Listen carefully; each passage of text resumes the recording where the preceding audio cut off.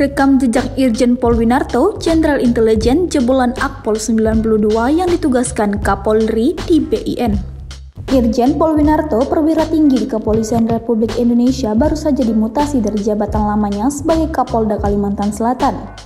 Saat ini, Irjen Pol Winarto menjabat sebagai perwira tinggi Badan Intelijen Keamanan Polri dan mendapatkan penugasan di Badan Intelijen Negara. Penunjukan Irjen Pol Winarto itu berdasarkan surat telegram Kapolri nomor ST-2517-11-KEP-2024 yang ditandatangani ASDM Kapolri Irjen Pol Dedi Prasetyo. Dihimpun dari berbagai sumber, Irjen Pol Winarto lahir di Jakarta 16 Oktober 1970. Ia merupakan alumni Akademik Kepolisian 1992. Sejak Desember 2024, Irjen Pol Winarto resmi bertugas di BIN. Sebelum bertugas di BIN, Irjen Pol Winarto memang sudah beberapa kali bertugas di bidang intelijen. Ketika masih menyandang pangkat Brigadir Jenderal, Irjen Pol Winarto pernah menjabat sebagai Kepala BIN Daerah Kalimantan Selatan.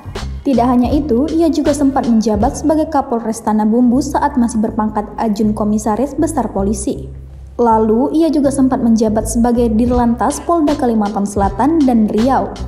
Setelahnya, Irjen Pol Winarto juga pernah dipercaya menjabat sebagai analisis kebijakan media bidang Jianma Korlantas Polri, Kapolrestabes Bandung 2016 dan Dirlantas Polda Sulsel 2016.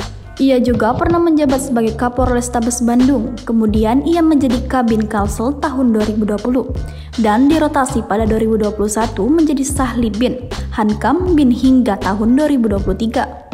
Pada akhir 2023, Winarto mendapat tugas baru sebagai Kapolda Kalimantan Selatan, menggantikan Irjen Aldi Rian Riacudu Cajadi yang beralih menjadi Kapolda Sulawesi Selatan.